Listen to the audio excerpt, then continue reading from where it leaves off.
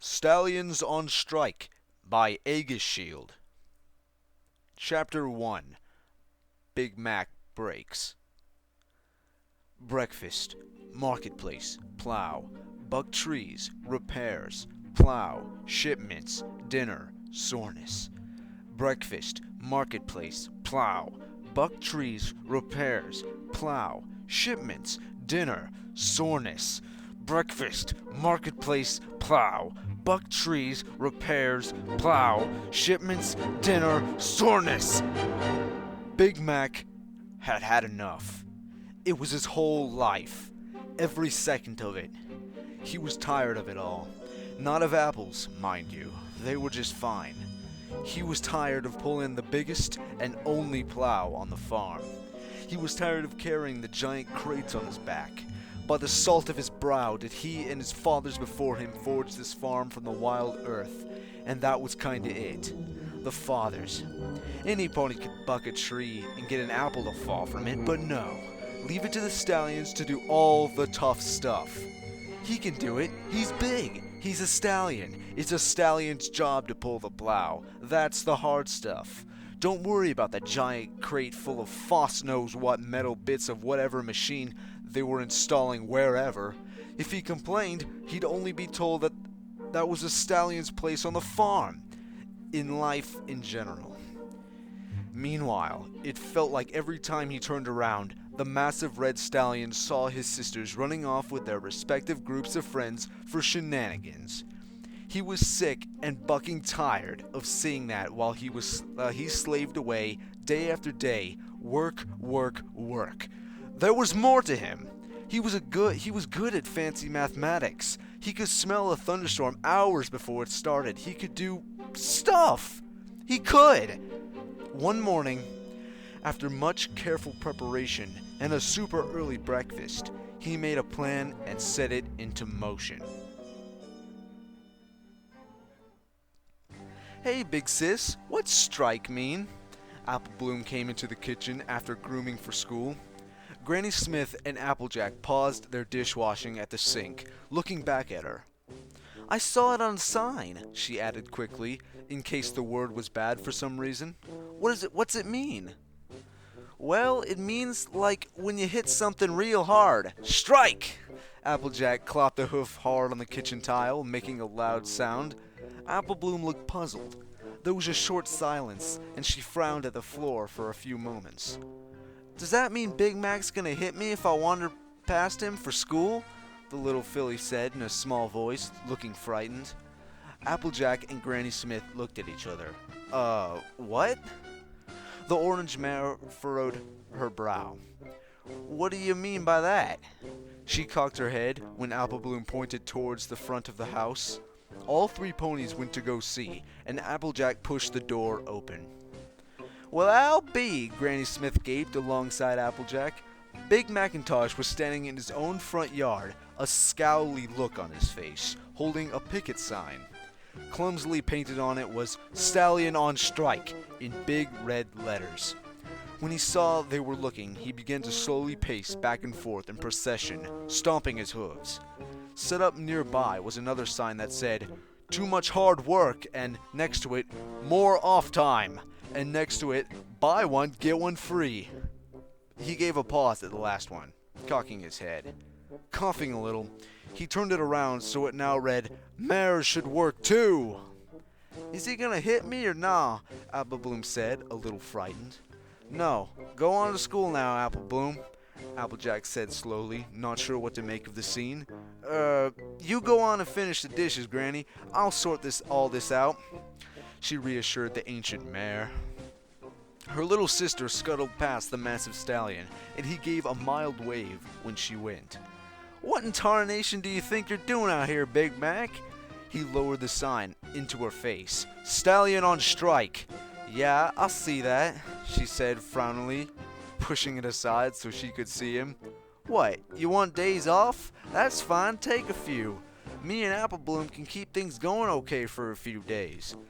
The stallion moved silently behind the too much hard work sign, sitting on his haunches. You gotta pull your weight around here, you just weigh more, the mare said stubbornly, frowning at him. Nope, he said, turning his nose up at her.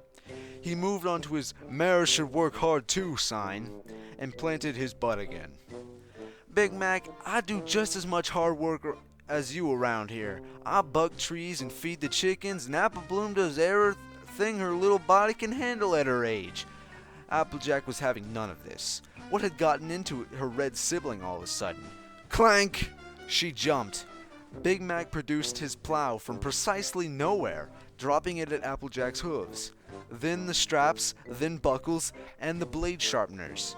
Oh no, that's Stallion's work, Big Mac. You know mares ain't sturdy enough to pull that thing around through rocks and junk. She stomped a hoof. Feeling rebellious, Big Mac lowered his head and slid his yoke off. She gaped at him. Crash! It hit the ground. How heavy was that thing? He shuffled his lips in a horsey snort of righteousness, then resumed his pacing about. Applejack was red in the face. She was so angry. How dare he shirk out of his responsibilities? Every pony had their part in this here farm, and he was gonna do his too if he wanted to live here. He caught her eye and smirked, tilting his head up. Nope, he said. Big Mac, you go to work like you're supposed to, Applejack demanded, stopping a hoof again. Nope, he said snootily, pacing back and forth. The red letters of Stallion on strike went back and forth like a red cape in front of a bull. Now and then he would glance at her while he paced. She went over and snatched his sign right out of his hoof. Yeah, back to work, she insisted. She looked mortally offended. He looked mortally offended that she took his sign and snatched it back. He gruffed loudly, throwing his chest out in a threatening way. She jittered back a little, but held her ground. He tossed his head angrily, turning and resuming his pacing. You can't just not work, Big Mac. What are you gonna do all day if you're on strike, huh? She wanted to know. Big Mac's life was the farm. What could he possibly do with himself if not take care of it? Just go to town and laze around like a big lump of nothing? Big Mac stopped. He pondered for a bit, narrowed his eyes. Oh, there was a good question. He worked his mouth a bit. Then his expression lit up. Yep! He turned on his heel, collected his setup signs, and started away towards Ponyville. Applejack stood there with her mouth a little open, stunned. Big Mac never felt so alive. He looked back and forth. Ponyville Plaza was open for business, the marketplace where every pony in town did their shopping in the mornings for food, supplies, and entertainment. He smiled, feeling light as a feather without a yoke or a barrel of apples on his back. Hey, Big Mac! Miss Cake wandered by, balancing a tray of huge rolls on Mr. Cake's back. The poor guy's skinny legs were quivering. It must have been those new pound buns Mrs. Cake had named after her son recently. Setting up the stand late today? She asked, eyeing the bits of wood he had with him sticking out of his saddlebags. Oh, I bet you made a new one. Isn't that darling? She asked her husband. Sure thing, honey, Mr. Cake said in a strained way, wobbling about with a tray of heavy food. Big Mac felt pity for the poor guy, following his wife's every command. Nope, Big Mac threw his chest out. Not setting up the stand today? What are you doing at the market then? Shopping? She smiled in a friendly way, but there was something in her tone that was just a little bit prudish. Big Mac didn't like it at all. What? He couldn't be at the market if he wasn't working there selling apples? He snorted. Nope, he repeated. Running errands? Mrs. Cake sure was nosy.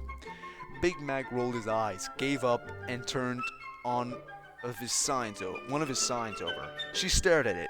On strike? Mrs. Cake's face fell for a moment, and she tilted her head. Why, that's silly. What are you on strike from? Big Mac shrugged in a neutral way. He wanted to say his job, but that wasn't it. Just life in general. He didn't enjoy constantly toiling away. He wanted more than that. Well, I hope you find what you're looking for and get back to it when you're feeling better, she waved, leaving her tottering husband along with a tray of pound buns. Big Mac frowned, deeply insulted, feeling particularly saucy. He went to the nearby ice cream stand and wasted 2 whole bits on a cone of vanilla. He wolfed it down shamelessly, thrilling at the naughtiness of spending money on himself. He was getting some on his nose and paused to lick it off. Having a day to himself wasn't so bad, but he wanted more days like this. He bought another ice cream cone, just to be a buckin' rebel. Snarfing it down and slurping rather noisily, he walked through the market to peer around. Everywhere he looked, he kind of saw the same situation. Stallions moving the heavy loads, stallions up on roofs doing repairs, all the guards putting their lives on the line to preserve the peace. All of them were stallions. Big Mac couldn't recall having ever seen a female guard, come to think of it. He turned his head wildly back and forth, peering about with wide eyes. Stallions having angry shoving competitions after the mares had started an argument. Stallions struggling hard at this and that and another. It was so sexist. He couldn't believe it. How had he not seen this before? He sat hard at a picnic table, just trying to drink it all in as he mercilessly ate the rest of his ice cream cone. He tried looking at the mares instead. He saw mares behind most of the counters at the market. The mare was a mare. Ponyville's main school teacher, the librarian, the vet, the weather ponies, tailor, chefs, all mares! Why were the stallions doing all the physical labor while the mares basked in the glow of the leadership positions in the community? Big Mac's mouth fell open in awe. It was a conspiracy. It was sexist. It was... Hey, Big Mac, shouldn't you be plowing about this time of day? A random mare stopped to ask. He rounded on her, snapping his mouth closed. You're usually so on time with your stuff. I can practically set a watch by your day, she chuckled. So how come you're not hitched up, handsome? Today your birthday? She smiled, wanting to know. Plowing? Hitched up? His birthday? In an instant, the red pony slapped her right upside her fool head. She yapped, startled back and almost crashing into a cherry stand behind her. Big Mac was startled at himself, his eyes wide. Why had he done that? Why did it feel so good? It was like some pressure had been released from within him. What was that for? She didn't make it to hit him back, but was very upset. Who would hit a pony like Big Mac and hope to do any damage, really? Plus, you didn't hit a stallion, you just didn't. Ponyville had so few as it was taboo. Did I say something wrong? She said, soft-eyed and apologetic at having offended the handsome creature. Big Mac suddenly saw his mission laid out before him. It was wrong. It was all wrong. This entire town was all wrong, and he wouldn't stand for it. Clambering up from his picnic table, he threw out his chest and heaved his sign high. Ponies all around turned to look as he slammed it into the ground like a soldier planting a flag on an enemy hill. Stallion on strike! Chapter 2. Mr. Cake Crumbles. Mr. Cake struggled along with 3 heavy sacks of cooking mix on his back. Phew! He let them slide off and onto a series of crates. He looked around, smiling happily that the storeroom was finally stocked and ready for the month. Hearts and Hooves Day would be coming up soon, and they would need to be ready. The knoppy-kneed stallion checked his little clipboard after wiping his brow, checking off the last couple of boxes. His labors done, he sighed aloud. Straightening his big, striped bow tie and nodding to himself, he turned about and shut the door. Still up, honey? Miss Cake was leaning on the doorframe of the front room, smiling lovingly. You can do some of that tomorrow, you know. It's okay, Buttercup, he smiled tiredly. The more I do today, the less there is to do tomorrow. He leaned and kissed her cheek as he went by, and she chuckled. Turning, she gave his tail a playful tug. He squawked, jittering away with a blushing laugh. I'm gonna hit the shower. I'll come to bed when I'm dry, he told her, disappearing into the bathroom. Tell Pinkie Pie goodnight for me. Mrs. Cake turned, trotting up the stairs to the bedroom. Checking briefly on the twins, she tossed the sheets back and clambered in. Heaving a great, content sigh at her soft bed, she lay staring at the ceiling for a while. Ponyville often went to bed when it got dark. There was little reason to roam around the tiny village, which, to be honest, was a great policy. I made sure every pony got enough rest every evening, and those that stayed up were usually doing relaxing things like reading, artwork, or lounging about in heavenly baths. Nobody was hard to please that way. Well, Twilight Sparkle aside, but that poor mare was always up at all hours studying. A short while later, there was a firm knocking on Sugar Cube Corner's front door. Mrs. Cake ignored it. They had a sign that said closed. That should have been enough. But no, the intruder kept on knocking. Growing annoyed after a time, she rose and went to see who it was. She passed the bathroom, cheekily peeking on her husband in the shower, and was smiling by the time she reached the door. The pony at the door was Cherylee, the school teacher. When the door opened, she smiled a bit. "Cupcake, sorry to come see you so late, but I had to talk to you about something. It's really important." "What's the matter, Cherylee?" She came outside, leaving the door open a crack. "You know Big Macintosh, don't you? The stallion from Sweet Apple Acres? He was picketing today, in the middle of Ponyville Square." "Oh yes, he showed me one of his signs. Did he settle somewhere and make a spectacle of himself?" Mrs. Cake said, frowning a bit. The mares stepped off of the stoop so they could breathe a bit and not be mushed together in the doorway. "Well, he doesn't talk much, so it's hard for him to do something like that, but I was a little concerned, you know," Shirley said thoughtfully, scratching her head. "I saw him slap some pony from a distance. I think he's really upset about something at home. I'm not sure," the teacher said thoughtfully, scratching her chin. "Slap some pony?" Mrs. Cake gasped, raising a hoof to her mouth. "Yeah, I don't know where that came from. You don't think he's being, abused at home, do you?" Cherylee said worriedly. "I mean, I wasn't close enough to hear the conversation, but he's usually so docile and hard-working." "Oh, that's a good point," Mrs. Cake pondered for a time. If a mare had done something bad enough to warrant a slap from a stallion, there was really no helping that. One might squeal for assault, but really you'd have to arrest every stallion alive if that was a criminal offense. Pfft. Still, it was worrisome. Both mares for a moment, thoughtfully frowning skyward as they tried to think. "I was thinking maybe of buying him a small loaf of banana bread or something," Shirley said.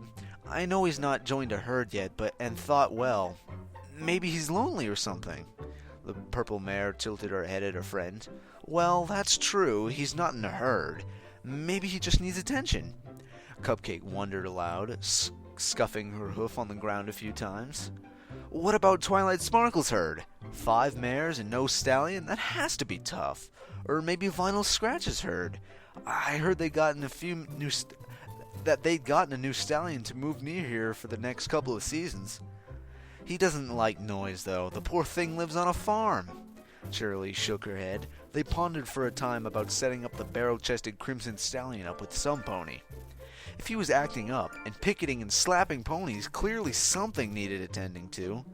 "What about your herd, I know it's just you and Carrot and Pinky, but could you use another stallion?" "Shirley!" Miss Cake had the decency to blush. More than one stallion to a herd? That was just silly. It could be something else. We don't even know what's making him upset beyond what's written on his signs. He can't just not work or do a stallion's job. It has to be something more than that. There was another long pause of thoughtful staring at the sky. Luna had painted a wonderful band of stars across the northern horizon tonight, and it was nice to philosophize over. "Stallions are so complicated," grumbled Mrs. Cake with a smirk. "Honey?" A small voice called from the doorway, making both mares turn. Mr. Cake, a towel over his head, was standing on the stoop. "Oh, hey, Shirley, what brings you out here?" "Go back inside, sweetheart. We're having a mare talk." Mrs. Cake went and kissed his cheek, herding the damp stallion back inside before he caught a cold. Poor thing. Always thinking of her and no pony else. "I'll come to bed in a little bit, I promise," she bade him, nuzzling briefly. Her husband smiled a bit, nodding and turning to go back to bed. It was only then that Mrs. Cake noticed he was wearing a pair of long, silken socks on his back legs, bright orange, like his mane. "Oh," came out of her mouth before she could stop herself. He smirked over his shoulder, giving her a sultry look. One sock slipped from its tightness down around his ankle as he went up the stairs. Mrs. Cake smiled despite herself, watching his adorable tushy. She turned to go back outside, but found Cherylee standing in the doorway, smiling a little widely. "Eyes down here, Cherylee," she said a little possessively. "Sorry." Cherylee blushed, looking at the floor quickly. Mrs. Cake fixed her with a scowl. Cherylee was not in line to be in the cake herd. She shouldn't have been eyeballing Carrot like that. Rude mare! "I didn't mean to ogle," she quickly added, tapping one hoof bashfully. "Uh-huh, yeah." Mrs. Cake herded her back outside and shut the door meaningfully firmly behind her. Standing out on the stoop with her again, she spoke. "Weren't you and Big Macintosh a thing before? What happened?" She turned the conversation back to Big Mac. "Love poison. Nothing real," Cherylee said sadly. "Not that I mind. He's very strong, docile, and not bad looking either." Both mares giggled a bit. "All the things I like in a stallion." "So, you didn't want to maybe try for something there?" Mrs. Cake said, leaning on the door a bit. Cherylee looked away shyly. "Oh, I see. Too much to handle, huh?" "Oh, no. He's out of my league," Cherylee said with a self-conscious little smile, shaking her head. "There's this local guard I'm kinda eyeing lately, though. His name is Steelwing." She giggled a bit. "Oh, do tell," Miss Cake smirked. The pair of them chatted for perhaps another half hour or so before parting. Mrs. Cake made plans to make a banana bread loaf for Big Mac, and that was that. Mr. Cake rose early the next morning. He turned over and rather bashfully collecting his socks, the silken saddle, and the little hat he'd worn for his wife the night before. It wasn't as though he wore them for very long, but it was a little embarrassing the day after. Stuffing them quickly in a drawer, he promised to wash them properly later. Leaning over his wife, who was still asleep, he stroked her mane a couple of times until her eyes fluttered. "Morning, honey," he whispered. "Time to get up." He leaned and kissed her lightly. Coffee," Mrs. Cake smooched him, stroking his withers before rising and wobbling up onto her hooves. "I'll get that. You get a nice shower. I'll get breakfast started, so don't dawdle too long," he said sweetly, nudging her towards the bathroom. Mrs. Cake smiled, sleepy-eyed. What would she do without her beautiful stallion in the mornings? No telling. As her husband scampered off to the kitchen, she cocked her head back. She could already hear Pinkie Pie moving about upstairs. The bubblegum pink mare would no doubt be down as soon as well. Later, Mr. Cake was setting the table when a flash of pink rubbed up against him. "Morning, Carrot!" Pinkie kissed his cheek, bouncing along until she found her spot at the table. Unlike his herd's alpha mare, Pinkie was very much a morning pony and always seemed bright and alert in the earliest parts of the day. Mr. Cake blushed and nodded. "Morning, Pinkie." He took the moment to nuzzle over her withers, chuckling at the soft purr she made in response. When they parted, he leaned to set a crisp, blooming carrot dish on the table. It was like a blooming onion, but with a really, really fat carrot. He checked the 5 different dipping sauces to make sure they weren't frozen from being in the fridge overnight. They were perfect. Mrs. Cake came in with the twins after a time, showered and more awake. Carrot brought her coffee, and the 5 of them shared breakfast. The twins were of course very messy, and the skinny stallion spent most of his time trying to make the little foals eat. He could only reach over them now and again to grab a tiny carrot for himself, dip it in something, and crunch noisily. The 2 mares, of course, finished much sooner. Without so much as a thank you, they were out of the dining room and off to do their morning routines, chatting animatedly. Just like every morning. He wouldn't mind rotating with them now and then. Maybe they could feed the foals and do the kitchen work, and he could make a lovely velvet cake or something for the store's window display. Mr. Cake sighed. He'd have to give the foals a bath, clean up the kitchen, put away leftovers. Ugh, there was a new stain on the edge of the table and nearby on the floor. Something must have dripped. His normal day of chores and such hadn't even started yet, and already he had a list. Grumbling a bit, he kissed each foal on the head and wished his wife would help for once. He was always left in charge of such things, being a stallion and all, and the 2 mares in his herd were up front cooking up sweets. He wished they could make something nice. He wasn't called Carrot Cake because of his scrubbing skills or his ability to carry heavy sacks of flour on his back. He yearned to practice his art for once, but he couldn't. He was just a stallion. Mr. Cake sighed, shaking his head and setting to work. Perhaps 20 minutes passed. Carrot trying to get the foals to eat more of their breakfasts. They were fussy, but they did eat, thank goodness. Oh yes, he's right back there. Go ahead. I'm sure he could use some help, big guy, he heard his wife say. Carrot perked when Big Macintosh leaned into the private kitchen. The big stallion cocked his head, surveying the scene. Destroyed, messy breakfast table, 2 sticky and fussy foals, wrinkled newspaper, and half-consumed mug of coffee. It was a mess. Had they left it all to him? Disgraceful. Sorry about the mess, Mr. Cake said, rather embarrassed at the state of things. Early to rise here at the Cake residence. Big Mac worked his mouth a bit, while the smaller stallion went back and forth to clean up after the other members of his household, frowning a bit. He decided to help Carrot, if only to get the chance to converse with him for a bit. Oh, thanks, Big Mac, he said, when Big Mac grabbed a rag to help clean off the table with. When the twins' faces had been scrubbed of half their breakfast, the kitchen reordered nicely and everything else cleaned up. Big Mac made his move. He went and stood beside the window over the sink, motioning for his friend to come over and look. When Carrot was standing next to him, he pushed the little curtain over. Taking a deep breath to speak a rare sentence, the Crimson Stallion spoke.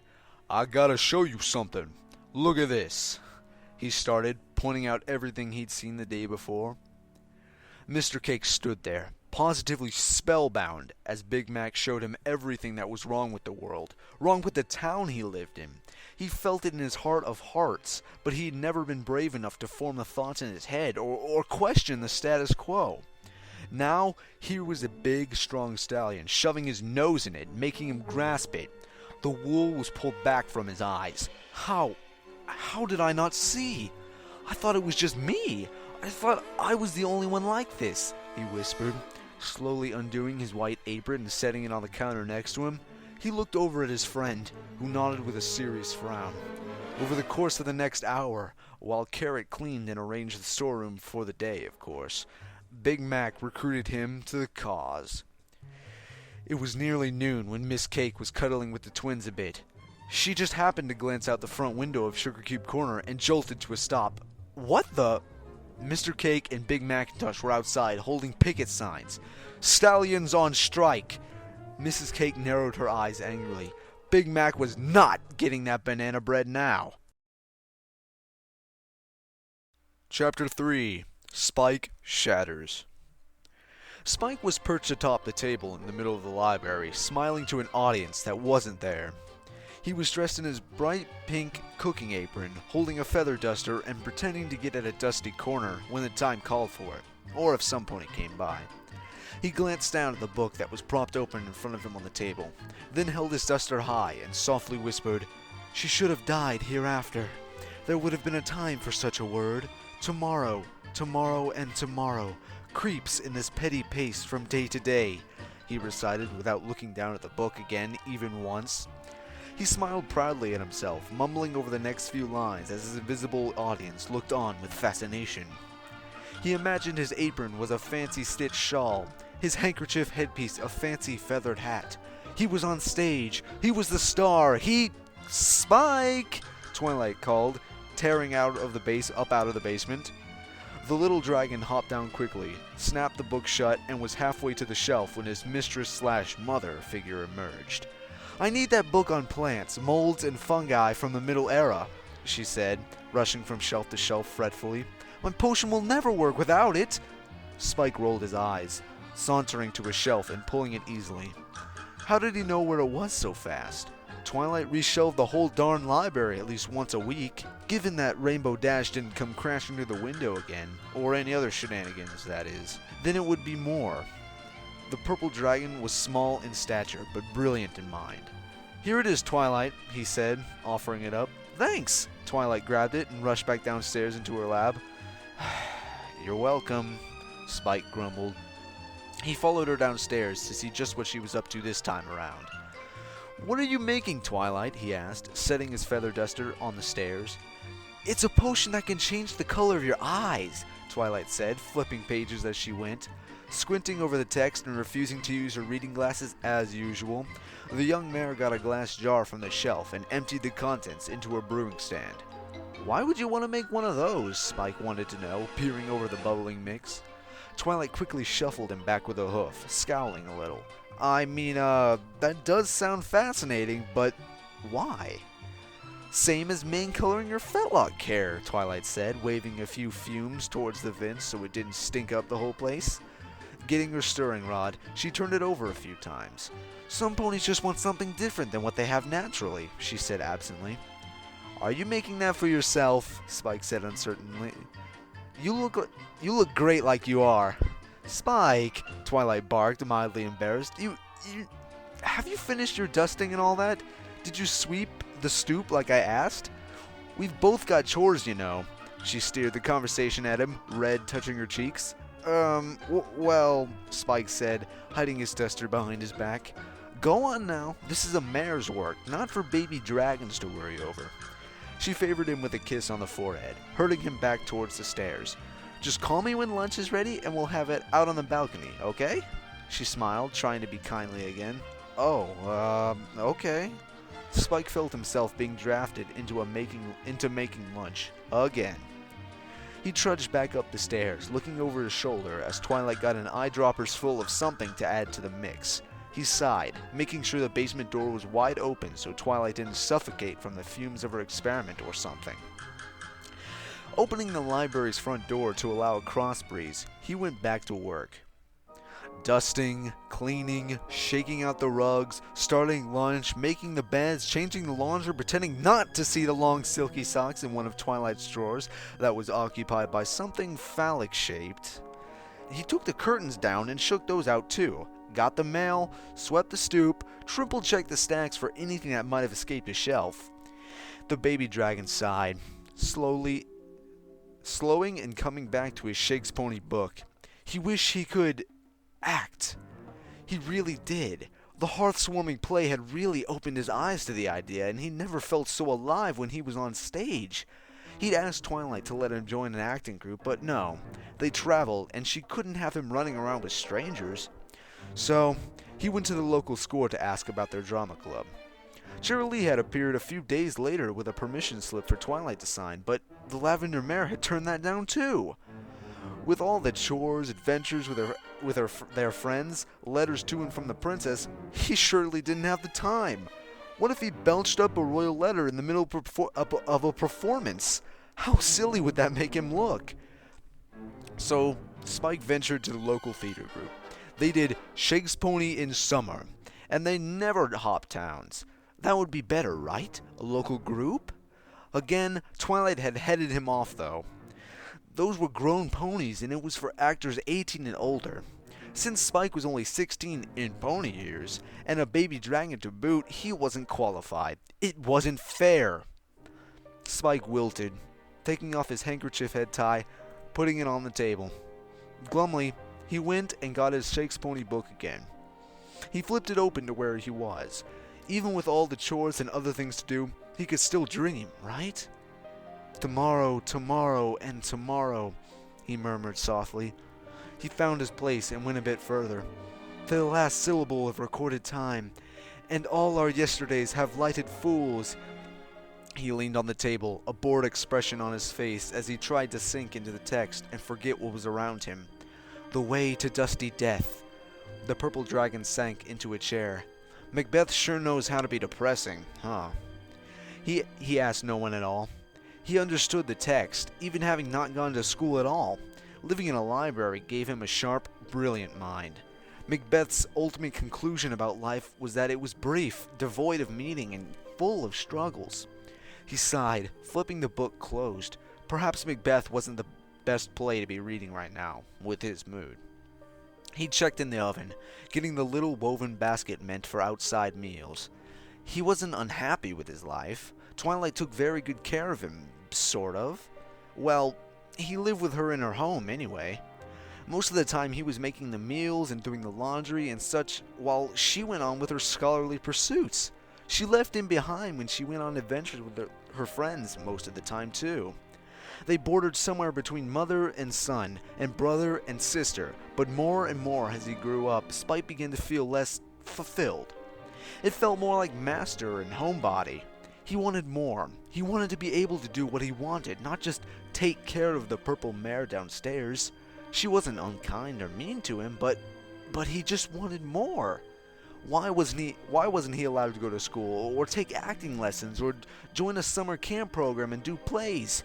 The hearth-warming play had been a cruel thing in a way, showing him the most fun he could ever have, then never letting him have it again. Oh, bucket. He was unhappy. He was really unhappy. But what could he do? He was too small, too young, too everything. He was stuck.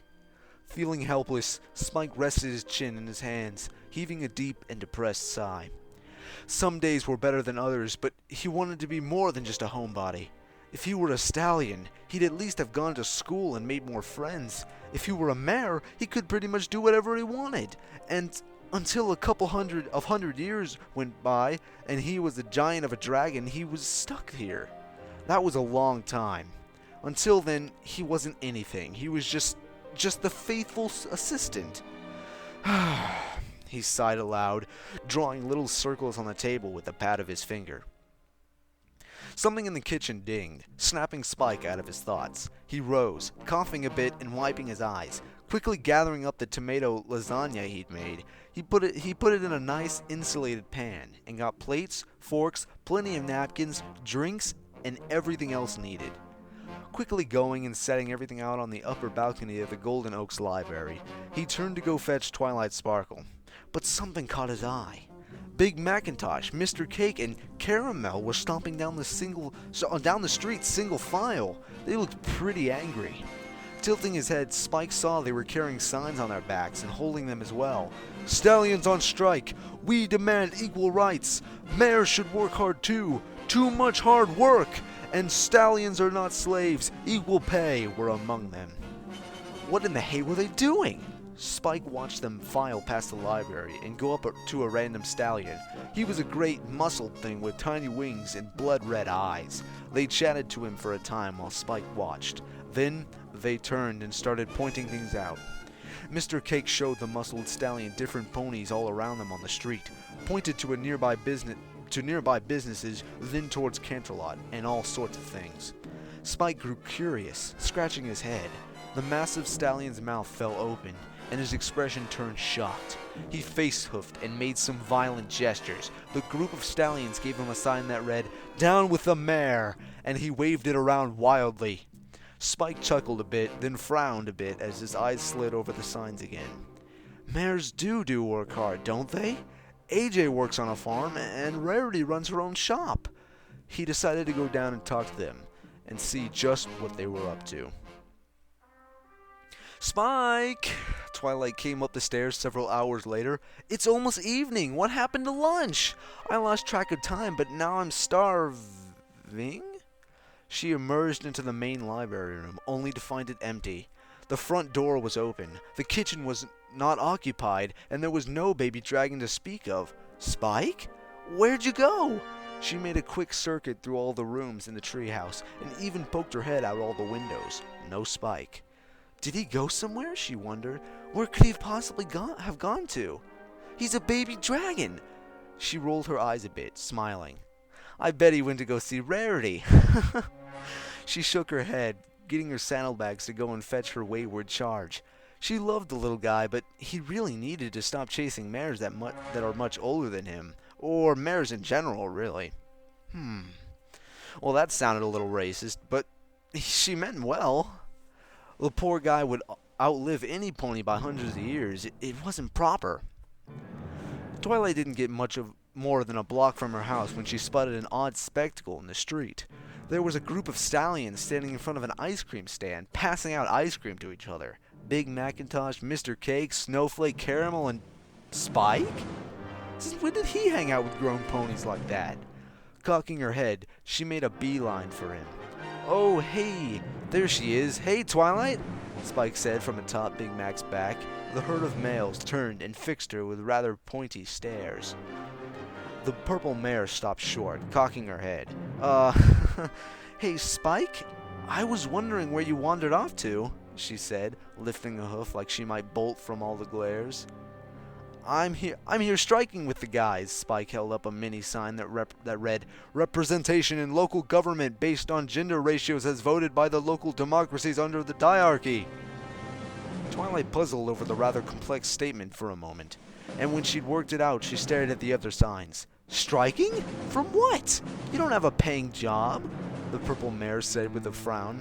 "That's right, I don't." He stood angrily, feeling tall on Big Mac's back. The other stallions gasped in shock. He was Twilight's faithful assistant, and he didn't even get paid for all his work? "I guess that makes me a slave, huh, Twilight?"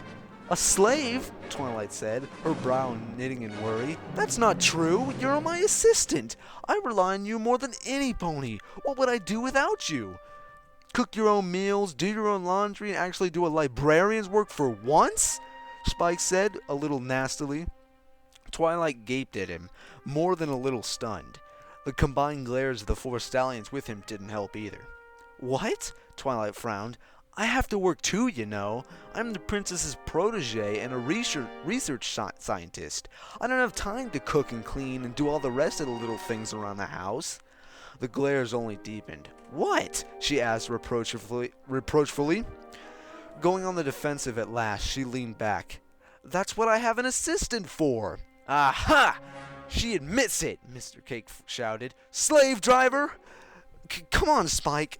Let's get back home. We missed lunch, and I'm sure we can find something in the kitchen you can make to eat and talk this whole thing up. 'Cause stallions belong in the kitchen, am I right?" Caramel said angrily, prodding Twilight sharply in the chest. The purple mare jittered back, spooked. The gathering of stallions glared at her. Mr. Cake looked particularly upset about the claim. "In the kitchen and out in the muddy fields, right?" Big Mac nodded along, patting Spike's head in a protective way without taking his eyes off Twilight Sparkle. Then she'd had quite enough. Her patience had run out. Twilight Sparkle scowled angrily. "You're coming home with me, young dragon, or so help me." "Yeah?" demanded Snowflake, saunting up to her and snorting steam from his muzzle. By then, several ponies on the street had stopped to stare. Twilight looked back and forth nervously. The group moved back a bit, away from Twilight, but she pressed forward. She would not be letting them just take her charge away from them. "You give him back," Twilight shouted, trying to force her through the throng. "Spike, come back here. You belong with me," she said a little desperately. "What's going on? Why are you acting like this?" "'Cause you won't even let me go to school," Spike said over his shoulder to Twilight. "'Cause you won't let me act and make me do all the household chores and run off with your friends without me all the time." He traded signs with Big Mac. "Stallions on strike." All the stress and depression was flowing out of his tiny purple body as rage now. "Give him back!" Twilight teleported in front of the group with a crack of parted air. They moved around one side of her. "He's my responsibility. I don't want him hanging around you guys if you're out to cause trouble." She gestured to their inflammatory signs. "I'm fine right where I am," the baby dragon shrieked, clenching his tiny fist. "You don't own me!" Spike said savagely. More and more ponies were turning their head at the bachelor herd. 1 or 2 were peeking out from second-story windows, and one stuck his head out of a barber shop where he worked. The group of stallions kept shifting to get away from Twilight Sparkle, grumbling angrily as she always got in the way. They turned and murmured at each other. Could they stampede through her? Nah, she might get hurt. Could they just stay in one spot? Nah, that was boring. Couldn't they just... Twilight's eyes lidded, and her brow drew down into a deeper sort of anger. Possessive, darker anger. Her face went red, and her anger snapped. "Give him back!" Twilight's horn exploded with raw magic and blasted Snowflake square in the chest. The massive stallion yapped like a kicked puppy as he tumbled and smacked into a street sign. His nose was bloodied and dripping on the ground. His eyes were in swirls, and he twitched a few times. There was an icy silence. The bachelor herd stopped to stare in shock. Spike leapt down to make sure he was still alive. He turned and looked up at his mistress with scared, soft eyes. Twilight instantly regretted what she'd done. The ponies all around them on the street stared in horror. "First blood, what do you know?" Caramel whispered icily, turning his glare on Twilight. He knelt down on all four knees to help Snowflake back up. "I was sure this wasn't gonna go to violence. I guess I was wrong." He checked Snowflake for any more injuries, but he seemed okay. Heaving the white stallion to his hooves again took some effort, though. Twilight was mortified, but she could already hear the clinking of armor rushing up behind her. Oh my gosh, I'm sorry." The purple mare was grabbed and cuffed by a pair of royal guards. "I didn't mean it," she said. "You're under arrest for assault with magic," one gold guard told her. "It takes a real strong mare to beat on a stallion, huh?" the other sneered. The purple mare was mortified. "Wait, I'm sorry. I just happened. I didn't mean it. Snowflake's fine. Look at him. He's fine." Snowflake was scrubbing at his nose, quite all right to tell the truth, but it didn't hide the stain of blood he'd gotten on one of his legs from rubbing his nose.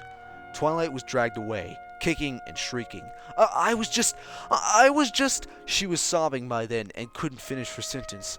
Let me go, Spike! I love you, Spike!" Her voice faded with the distance as they took her away. The bachelor herd pressed in around Spike, patting his head a few times. There were tears in the little dragon's eyes. "Twilight, why'd you go and do that?" he mumbled, climbing up onto Big Mac's back again. "I guess that's what happens when the mare doesn't get her way, huh?" Mr. Cake murmured with disapproval as Twilight shrank into the distance at the end of the street. He glanced over, spotting his wife in the crowd. His heart stung a little, but he couldn't waver now. He'd known things would get bad before they got better. Big Mac would lead them. "What do we do now?" he asked the Crimson Pony. Big Mac pondered for a time. What did they do now? The spark had been struck. No doubt the entire town would be ablaze about them within a few days. He cocked his head, then nodded at nothing at all. He gestured, and, with Spike on his back, led his odd little all-male herd down the street. They were on strike, so now, with the group ready, it was time to go make their demands.